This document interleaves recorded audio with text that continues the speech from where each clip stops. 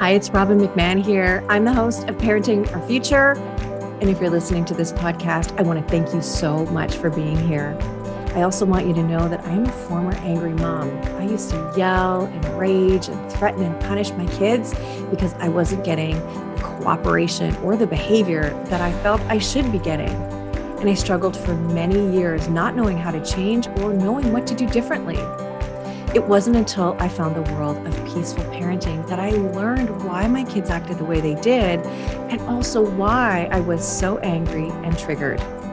I was able to heal my anger and leave my triggers behind so that I could focus on being the calm and confident parent I always expected myself to be. I can tell you that feeling connected to your kids is the best feeling in the world. My two boys are teenagers now, and we have a strong relationship that is rooted in deep connection. And where there is connection, there's cooperation. Parenting is the most important job we do, but it's the hardest job we do. And we do it without understanding the fundamentals of the way our kids grow and develop.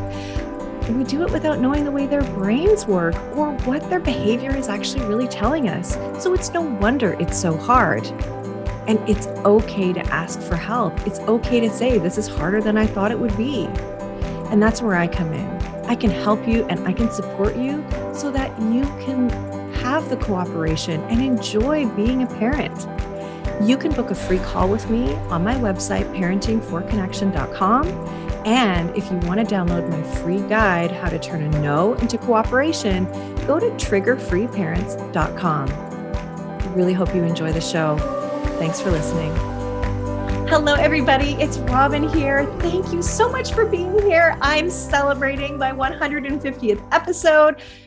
And I just want to thank you for being on this journey with me for 150 shows. And I am so excited to celebrate this milestone and tell you that I'm not even close to done yet. And I have so much more in store for you, so many great topics and so many great guests.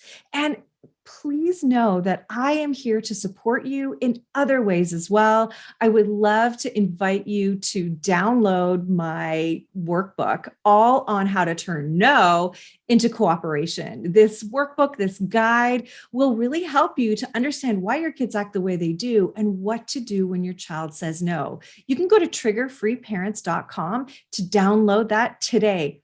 Absolutely free. So please do that because I want to help you get more cooperation and enjoy your kids more. Now, to celebrate this 150th episode, I have one of the most amazing guests that I have had the honor of speaking to, and that is Canadian icon Fred Penner.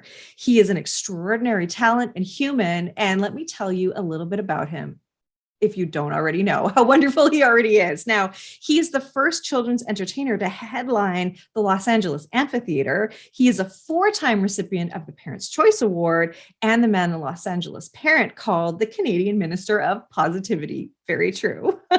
He uses his broad talents to speak to the family unit and express his feelings about where the world is going and what children are learning. He's also a devoted father of 4, and the lessons that he's learned through the challenges and rewards of parenthood are translated into all that he does. Fred is a 2-time Juno Award winner for Best Children's Album and an 8-time nominee for his body of work, which is all about energy and emotional connection. If you don't know what a Juno is, it is equivalent to a Grammy. Pretty exciting. Now, Fred Penner's Place, a show that I watched as a kid, is a hit CBC TV show that ran for 12 seasons, over 900 episodes. And Fred still actually gets fan mail to this day from people like me who watched his show, and also his 55 million fans from the United States, where his show ran for 4 years on Nickelodeon's Nick Jr. He also has honorary doctorates and is a prestigious member of the Order of Canada, which is how Canada honors people who make extraordinary contributions to our nation. So you know he is a very special man. Fred is always building on the common theme that is rooted in integrity and the belief in what I can do. He has created lasting impact that crosses the generations and continues to grow. So I am just beside myself with excitement that you are here, Fred. Thank you so much for being here. And on my 150th episode too, like I'm just overjoyed.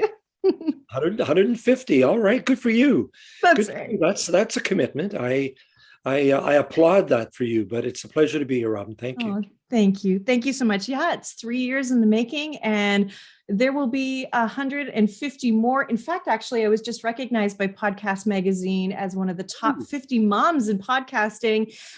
So I made a number 13. So that's great. And lucky 13 is good for both of us because absolutely. you have your 13th album coming out, which is Oh, called Hear the Music. nice little crossover there. Yeah, the album was done actually in 2017, 2018. So Okay. it's been out for a bit. It won multiple awards across Canada. It won the Western Canadian children's album. It won the Wonderful. Canadian folk music album, and it won the Juno for 2018. Well, So it congratulations. received some beautiful comments. It was a very interesting project to be involved with, and it brought in, as I'm sure you know, many iconic Canadian entertainers joined me on that, from um, Good Lovelies, Ron Sexsmith, Alex Cuba, um, Afi from Bahamas. I mean, Mm, just a really very exciting cross section of Tara Lightfoot as well, if you know her. mm, Anyway, yes. it was a very interesting project and collaborative kind of work, and I felt particularly good about this one because it started getting a little bit deeper for me. I've always tried to Mm, prod thoughts and prod emotions from the mm, music that I've sung over the years. But this one got into things like courage and humility and mm. values that I treasure and try to Yeah. pass on to my children and the audience. Well, and you must be doing something right because your kids are also singing on the album with you. Are they backup singers? They are the backup singers. Yeah, my son and I have one son and three daughters. My son is the eldest, and the two of us actually did duet singing on the um, Stumble song. Okay. So yeah, so there's a tune that the two of us sang together, and it was just such a delight to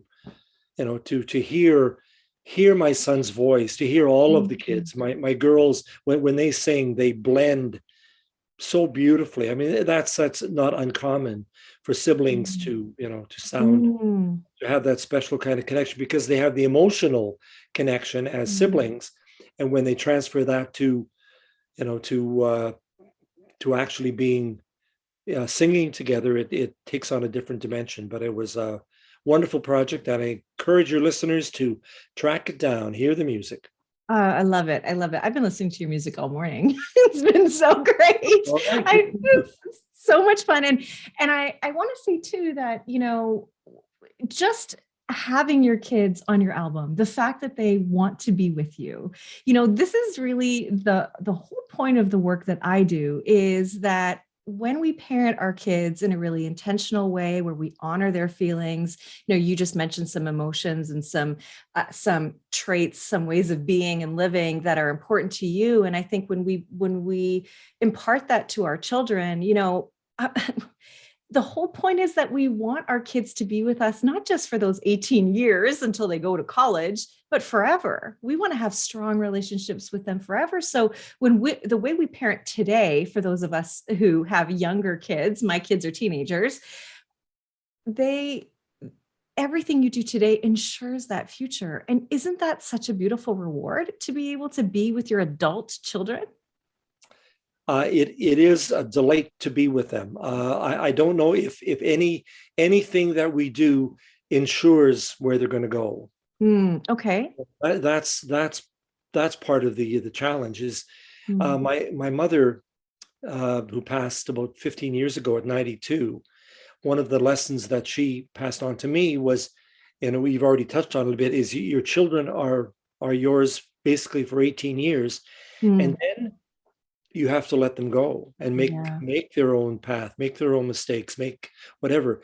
It doesn't mean you do not unconditionally love them forever, Hmm. but but you do have to step back and let them find their autonomy, and let them Hmm. find their journey, and if and when they need to come back for some kind of support, then you are there, as best, as best as you can possibly be. My eldest daughter, Haley, who's been beating to her own drum right from the beginning, and Mm. she's the only one who really pursued the music career in her life.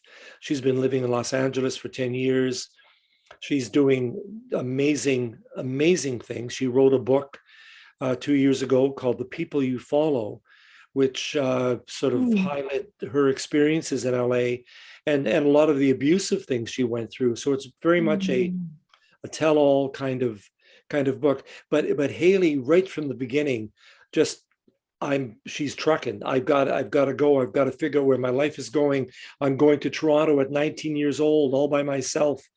And I remember the moment at the airport when she was leaving home for the Mm. first time, truly, and going up to her for a goodbye hug, Mm. and saying, I hope that I've taught you something that you can take into the world, that's going to make a difference in your life. And I mean, and who knows whether that's happened or not, because she was so independent in her Mm. path. But she has many qualities that I appreciate in myself. The main one being trusting myself implicitly, that I can Mm. make things happen. That I can be true to my spirit, that I can create something that is going to go into the world, in Mm. an honest, direct, and hopefully positive way. But it's tough, Yeah. really trying to get that deep into the spirit of your children, and making sure, which is impossible, that they have whatever skills they need to Mhm. to make that step into their own lives. Well, and I think a big part of that is honoring who they are, not who you think they should be or who Mm. you want them to be.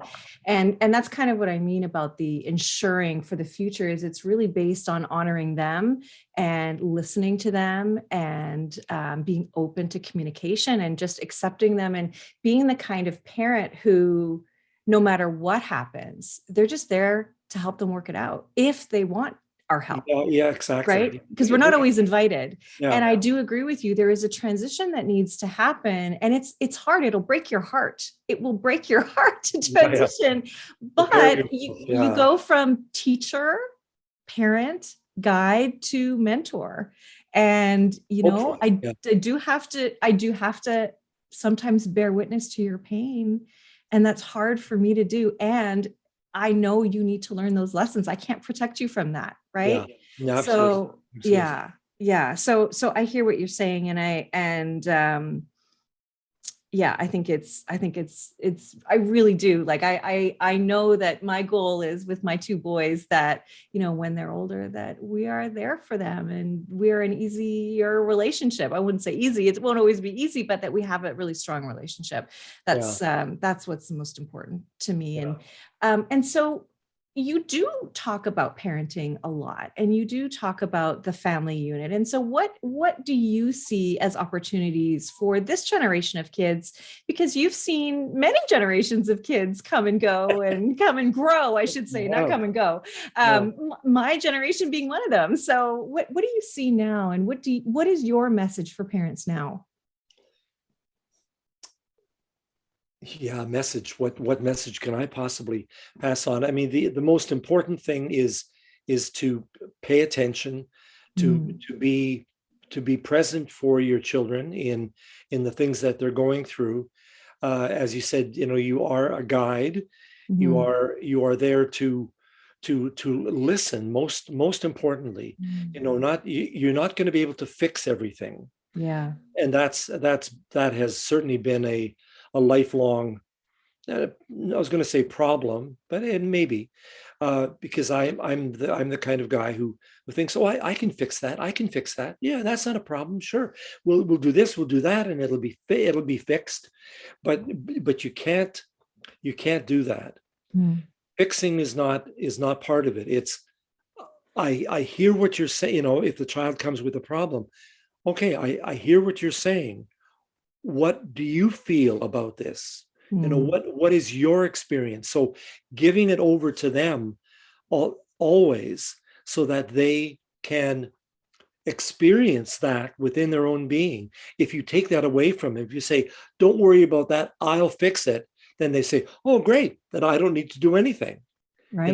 Then it's really very critical that children find some autonomy, that they find values in their own experience that allows them to become stronger people. Ultimately, that's the point, is you want another human to come into this world who does have sensitivity, who is a caring mother, a caring father, a person who is open to others in the world. Just being, and I mean, so many of the songs that I have written over the years, the titles coming to my mind are like proud. You've got to be proud of the people around you, proud of the things that you do. Humility, as I was saying, courage on the latest album. It's these really essential values in life. How you present them and how you hope that they are integrated into the child's life is really beyond your control. So all you can do is essentially be the best person that you are. Like I try to be the best person that I can be, because if I'm there, then what comes out is hopefully more honest and direct and positive for your child. If you heal thyself first, Yes. before you Oh, go so on, true. yeah. And I've been in therapy for many years. I'm on my second marriage here. My wife and I were together for the mother of my children for 30 years, and things just crumbled, sadly. And we just lost any real point of contact, and divorce was the, well, logical or illogical path. So I've been in another relationship for 11 years now. We married 5 years ago. So I'm getting on with my life, but a huge part of my journey now has been therapy. Wow. It's encouraged when you do divorce, Yeah. that the courts sort of say, get a therapist, figure out what's going on. And so I've relished in that. My wife, now, her name is Ray Ellen, and she is a great proponent for that. She works with actors. She's an actor herself, does a director. So she is all about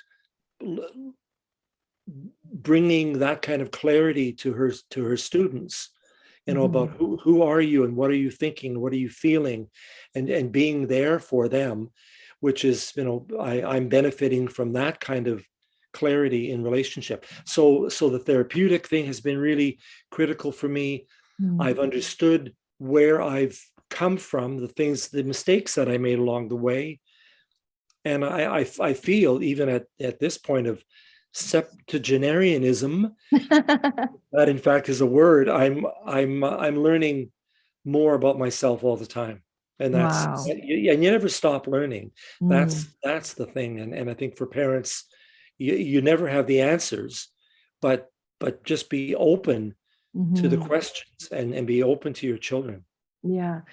I really want to say thank you for your honesty about that. I think that's really important, that we do shine a light that, we all need a little bit of help, that we're not perfect, and that doesn't really exist. And so thank you for sharing that, there have been ups and downs. In my opinion, my perception, I should say, more is, my goodness, he's one of the most emotionally intelligent men there are. How could that be?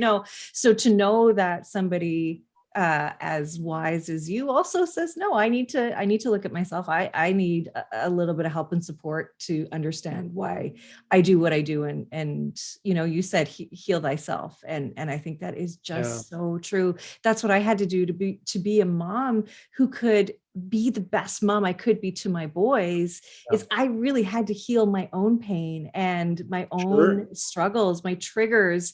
And that wasn't anybody's fault. That was just what happened to me. And everybody has different ones. And I want to echo what you said about, about how, our kids don't do what we say, they do what we do. And so when we model what we want them to be, there's a greater chance they're going to be that way. The kind, compassionate, empathetic person, really the best way to impart that is to be that. Right. So I just want to echo what you just said. And whenever I ask parents, okay, I have sort of a form that they go through, what do you want your child to be like when they're older, when they're an adult? And they'll list things and I'll say, okay, well, that's exactly what you need to be. That's what you need to show them how to be. Right. So it's powerful. You're right. Yeah.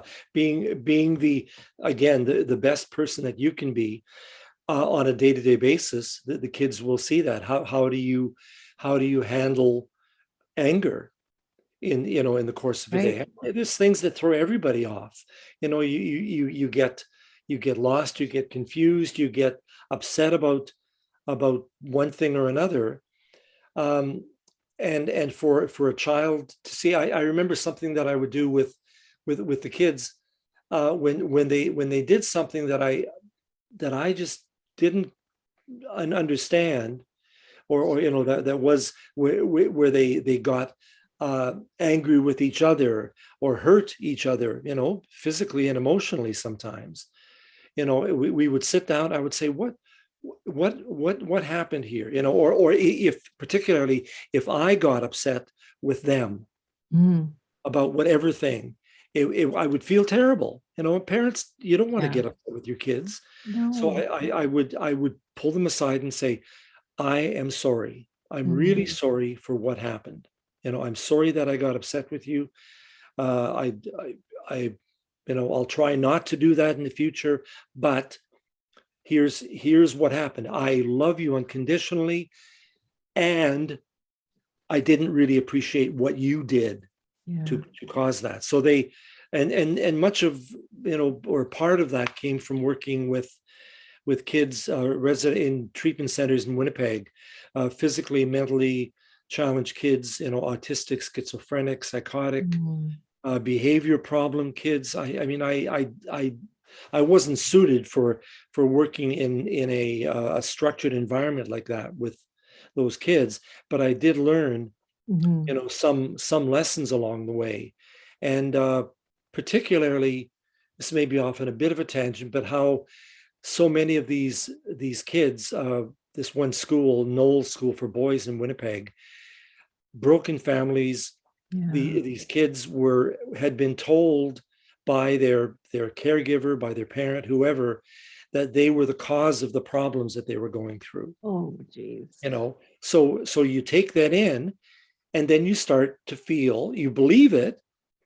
And if you believe that you are essentially a bad person making all this pain in this world, then why not do more bad things to fortify that attitude?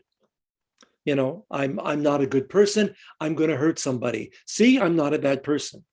Or see, I am a bad person. So that becomes their not mantra, but their attitude about self-image. And then they just perpetuate that until at some point it either hits a critical level where they cross that line and are physically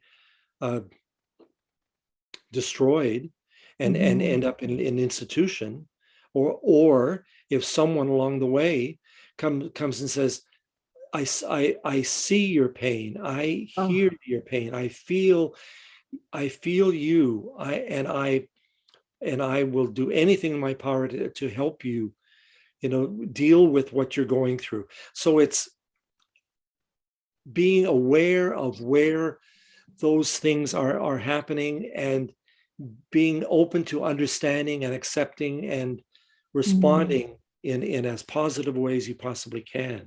mm.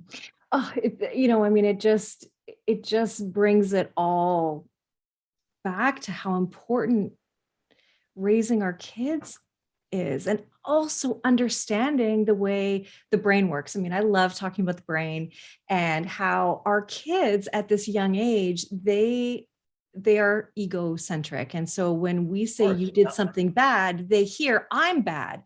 And Yeah. that starts to form the thoughts in their head, the record that plays over and over again. And if they're told they're bad, then they feel unworthy and they feel like, I don't matter. So what does it matter what I do? But they still have basic human needs like attention, affection, connection, but they go about doing it all the wrong ways because they don't know how. And, as parents, if we're able to meet them where they are, that is, no matter what kinds of kids we have. I don't have easy kids myself. I have one of each. I've got a typical kid and I've got a non-typical child who came out mad. He came out challenging me from the beginning, and it was my invitation to look at myself and say, okay, whoa, this is not who I want to be, because I'm really angry all the time. And I thought I would leave my family. I thought I might leave the planet. It was a really dark time for me, a really bad time for me. And, and these poor kids, they need to be heard. They need to be recognized, because what we need to realize as parents is that we are writing on who they are and the thoughts that they have in their heads. And again, with the brain, our brain has confirmation bias, right? So you tell me this, my brain's going to go in search of proving it to be true. See all the ways that I'm bad, see all the ways that I'm horrible, Exactly. instead of see all the ways that I'm valuable, see all the ways that people are drawn to me, or see all the ways that I can be kind. Look at how I make people happy. I mean, there are things that we can do to write on the slate of who our children are in a authentic way as well. So I think it is important to see those kids and to be that person to actually hear them and see them and recognize that they matter, because Yeah. boy, does it ever destroy your life if you don't think you matter and you're not worthy. Yeah. It leads to so many behaviors that are disempowering, that are dangerous, could hurt others, and ultimately hurt yourself. Yeah. No, that's absolutely true. I often talk about personality, and the fact that personality is formed really in the first 5-6 years of life. Yeah, So the person you are at that point is essentially who you're going to be, right. therapy notwithstanding. Yeah. But so those opening years are really vital, obviously, to the child. I'm finding it interesting, with this COVID time, how so Mm-hmm. many kids have been at home, doing virtual learning and Mm-hmm. that, but becoming home bodies, Mm-hmm. wanting to be back. My son and his wife, they have 3 boys, and the eldest boy, he's 8 now, and he's doing really well, but he misses being home. Mm-hmm. When he's at school, he gets homesick. I mean, it's only a day. He'll be picked up at 4 o'clock, but he's feeling that. And the younger boys, who are 2 and 4, are I don't know what their perspectives are going to be as they get older, but they are going to be really, they're beautiful children, and they're very supportive of each other. And maybe that's part of it, because they've been living that experience, and over the Mm-hmm. last couple of years, where it is personal. Those years, these last couple of years, have given me an opportunity to establish a relationship with Ray Ellen, my wife, on a Mm. level that I've never experienced with another human being. Wow. Because I've never spent 2 years essentially sequestered with anybody. I was on the road for as in my adult life from 1973, when my Um, father died, and my sister, who was born with Down syndrome, Susie, she died a year before my dad. And so I was faced with my mortality at a critical time of my personal development, my life. mm, And so I moved to the bliss that I felt about making music. mm, And that meant being on the road. That meant going from one place to another, playing in a bar or a lounge or a theater, wherever it was.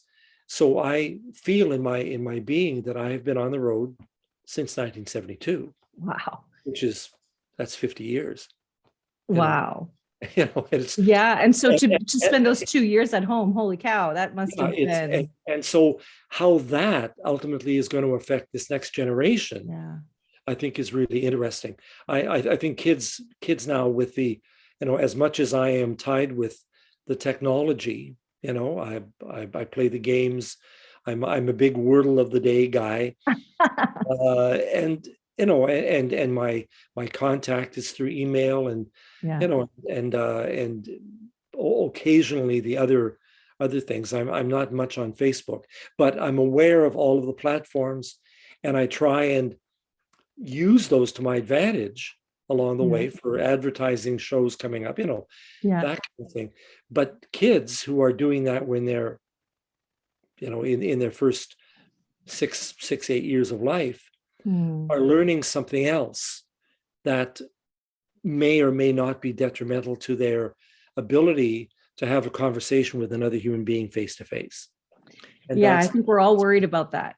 I think yeah, we're yeah, all, exactly. Yeah, that's not a new concept, but it's no. a very real concept. Yeah. And we don't know. We're all nomads, we're digital nomads. We Yeah. are I think I would say people my age are the ones who first got the iPhones and had kids at the same time. And so, and now it's a regular thing to see a baby in a stroller with an iPhone, and I always tell parents, like, wait as long as humanly possible to give your child one of those devices, because once you do, it'll be almost impossible to get it out of their hands. And it actually adds more to your plate as a parent. It adds way more, because you are up against platforms that don't necessarily, well, we know, don't have your best interest at heart. So Yeah.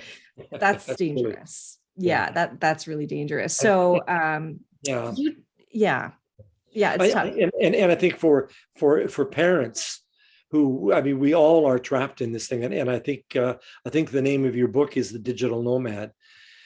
If you write a book, or does that exist already? No, actually, there is a book called The Digital Nomad. My book is called The Yelling Cure, which is all about me being an angry mom. But Oh, wow. yes, The Okay. Digital Nomad is a book, and is an important book to read, definitely, because we do Mm, have to yeah. understand the way the brain works. Again, it's about the brain, right? Yeah.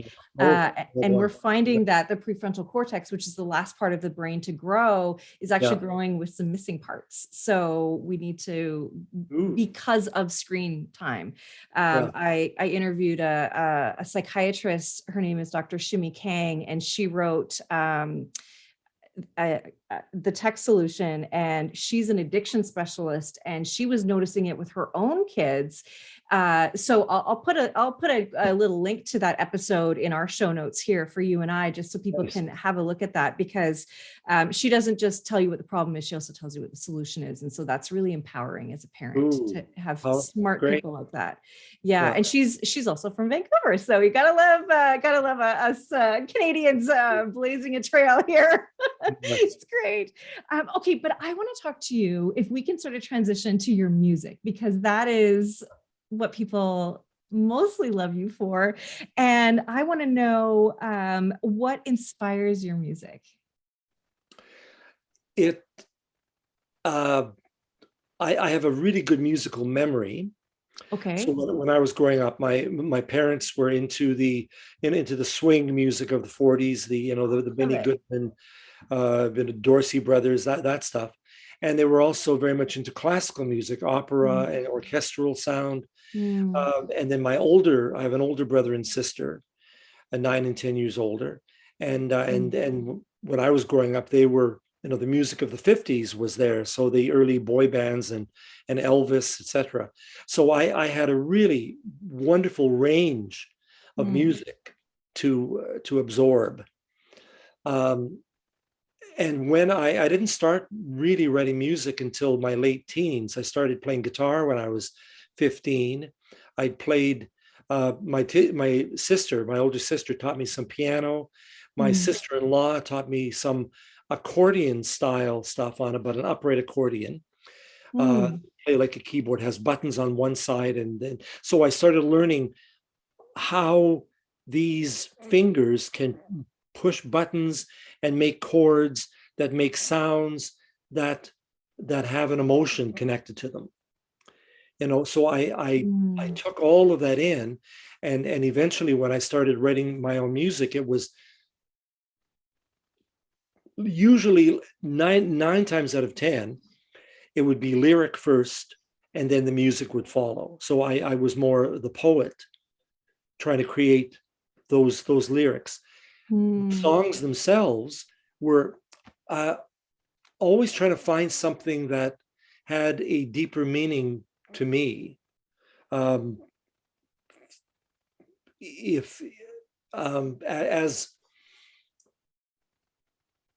if a song, if I had a topic for a song that I wanted to explore, I would go back to my childhood. I would try and I would clear my brain as much as possible and go to that vulnerable time, because in order to be creative, you must be vulnerable. And Mm. vulnerability can be a challenging thing, because then you are open to things that can challenge you and throw you off balance. Mhm. So there's a whole thing between creativity and vulnerability. But I would, and I still do this, I think back to where that core emotion may have started, what feeling I may have had going back there, and what kinds of direction I want a story to follow.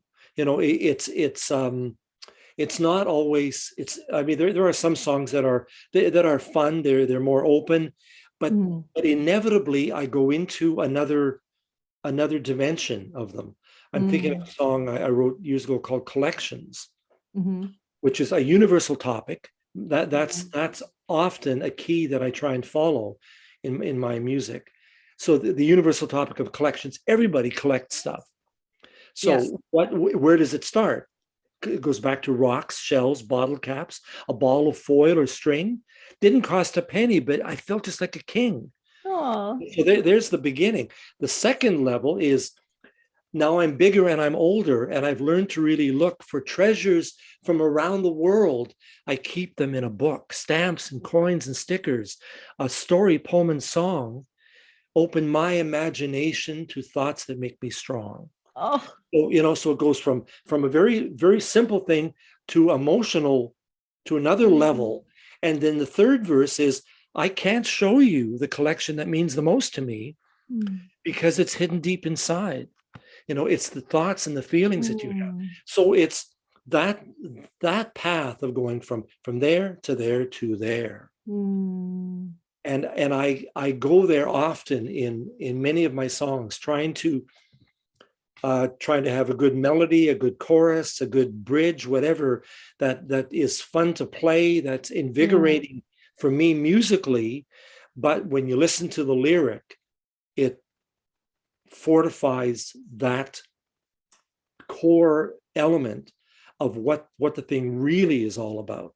Mhm. And so my music, everything, as I think about it, most everything I've done goes back goes back to that. Creating Fred Penner's Place Yeah. went back to that, to Yeah. my childhood. The idea for the log went back to childhood.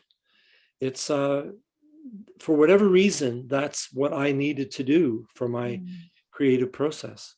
Wow, that is really cool. And now I'm going to listen to all of that music again in a different way. But that's why you resonate not just with kids, you resonate with adults as well. I mean, your music is something that you can listen to in the car with your kids and also get some fun out of and enjoyment out of. So that's what I love about what you do. So I have a two-part question. I want to know what, and maybe this is too hard. What is your favorite song, and what is your song most liked by your fans? I have an idea about the second one, but I want to know what your favorite song is, and then what is like the one that is most requested or that they get the most excited about. Yeah, I have such delight in so many of the songs that I've written on the way along the way. Because of that reason, I'll every once in a while I'll sing a song that I haven't done for a while, and I'll listen, and it'll catch me by surprise. Wow, that's a good song. That's I like that song, and I never tire of doing any particular song that an audience requests. I enjoy the performing. I enjoy offering that to the audience. So I don't know if I have any, well, no, let me rephrase that. There's one song that I wrote that is musically quite complex, because I appreciate my ability to get into a deeper chord structure. That's always been important to me, just so I feel like I'm learning. And I wrote a song in Los Angeles. Maybe it was there when we were doing the Universal Amphitheater. I'm not sure, but I was in a hotel, and I don't remember where the inspiration came from, but it's called "She's a Baby," and it and I wrote it like within an hour. I just sat down, and it all sort of flowed out, and it just felt like a perfect little gem in so many ways. But I love that song. The songs that the audience, inevitably asks for, demands perhaps, are and the number one is "Cat Came Back." The number two, "Sandwiches." Sandwiches, yes. Neither of which I wrote, which is fine. Really? How funny. Yeah. But I mean, everybody knows you for "The Cat Came Back," at least, right? I found that in an old folk song book in the 70s, and I adapted it. I've played it in every concert, for the last 50 years almost. It was a really fascinating song to find, and it's been a delight to write new verses for it. It was written in the 1890s, way back. Wow. And it's got such a magical quality to it, and it is inspiring to kids, I think, in a way that, and I don't know whether philosophically this makes any sense at all, but if you identify with the cat in this song, no matter what happens to the cat, it always comes back. So if the child is listening to this and hears all these dastardly things that can happen, and still they come back, then maybe the child feels a little bit of that possibility. I don't know. That's an outside thought. And "Sandwiches" was written by a dear friend, Bob King. We were in a band in the 70s together, and I've popularized both those songs to my delight and benefit.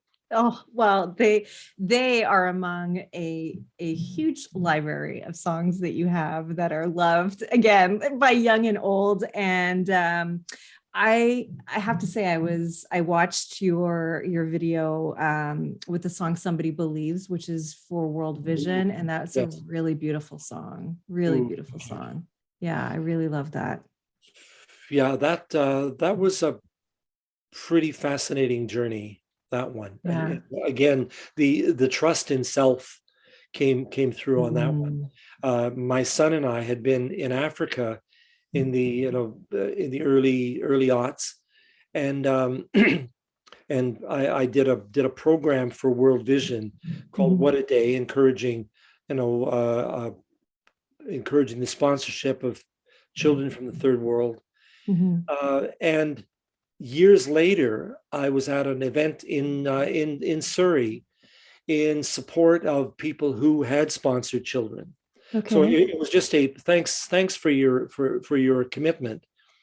And at this event, there was a young man, Edgardo was his name, Mhm. from the Philippines, and he was talking about how World Vision had come to the Philippines and basically rescued him and his siblings from their life of poverty.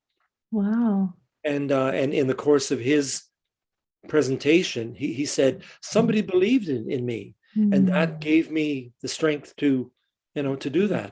And so I thought, well, boy, I always on the lookout for a good song title, you Yeah. know, somebody believes. And so again, I've written more songs in hotel rooms. I went back to my hotel room and sat down, and I had the song in a couple of hours, and then I taught it to some of the other staff, and we sang it on stage, at an event the next night, and then it eventually moved into actually being recorded, Mm.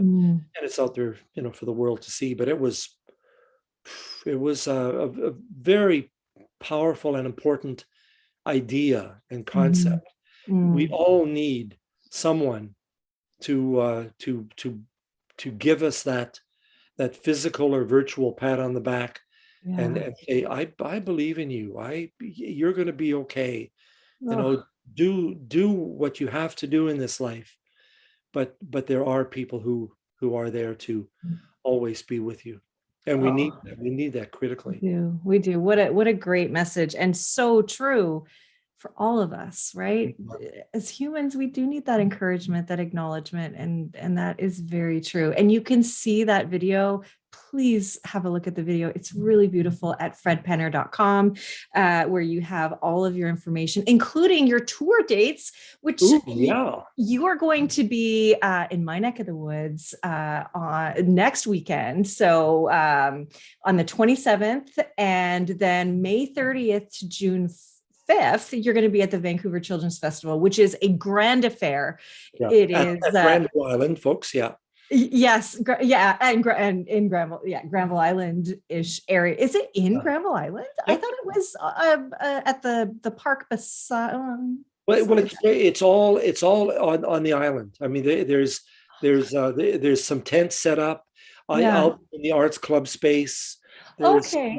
there's other areas that they use, but it's every theater on the island has some event to it. There's lots of outdoor things as well, but yeah, great. It's on Granville Island. Okay, well, that's, I mean, for those of you who don't know what Gravel Island is, it is the coolest place. It is this artsy market slash, I don't, It's brilliant. it's just the most wonderful, magical place. I grew up going there, on the weekends. We'd get groceries from there. I love Granville Island. And so you will also be in Winnipeg. You're going to be in Victoria, and then you're going to be in Kenora, Ontario. And the list goes on as you add dates. And I just want to say that I am better for having met you and talked to you. Sweet. Thank you for sharing. Thank you for your time today. And I will ask you one last question. What is one message that you would like to impart my listeners with, whether it's on parenting, on your music, anything that you want to say? We'd love to hear it. And yeah. Yeah, it's and I have it in my brain, and I've quoted it many times. Actually, there's two I'm gonna pitch to you, and Okay. they're basically the same but in a different direction. One is called 100 years, and it's 100 years from now. It won't matter what kind of a house you lived in, what kind of a car you drove, how much money you had in the bank, but the world is a better place because you made a difference in the life of a child. Oh, Right? And the other one is never underestimate your ability to make a difference in the life of a child. So they're clearly connected. But we are as you said, we are the guides. We are guides is the right word. It is so critical that we as human beings, as adults, give the children around us the love and respect and courage to face this world in an honest and open, understanding, compassionate, tolerant way. You know, when I hear about the bullying and the hate crimes and all of that, it's those are children. Those were children who learned that from the people around them. They learn that from their family. They learn that from that crazy uncle who knows. The only way this world is going to survive is if we bring strong children into this planet who really have values that are not just egocentric and based on material items. That is really beautiful. And I want to tie it right back to what you started out saying, is to pay attention, because paying attention to your kids, if there is mental illness, if there is distress, you know, that is also important too, because sometimes that is the cause of this too. And so paying attention, doing the best you can. And if you need help, there are people that can help you with your parenting. That's what I do every day. And I would be happy to help you with yours. And I just want to say thank you again. It truly is my honor. Thank you, Fred Penner, for being here. This has just been a delight for me. And to talk to you and share with you has been wonderful. Thank you so much. And thanks for having me as your 150th guest. Whoopee. Yes. And Hear the Music album, Lucky Number 13. There you go. Make sure you look for that everywhere. And fredpenner.com, of course, is where they can find you. Thank you, Robbin. Be well. Thank you for listening to this edition of my podcast, Parenting Our Future. I'm parent coach Robbin McManne, and if you're enjoying this podcast, please share it with someone who you think might also need to hear this message. And don't forget to subscribe, and if you like my work, I'd be grateful if you gave me a 5-star rating. For those of you who like my content and want more, visit me at yellingcurebook.com to get your copy of my book and to find other resources to help you. Until next time, I am wishing you and your family peace and connection.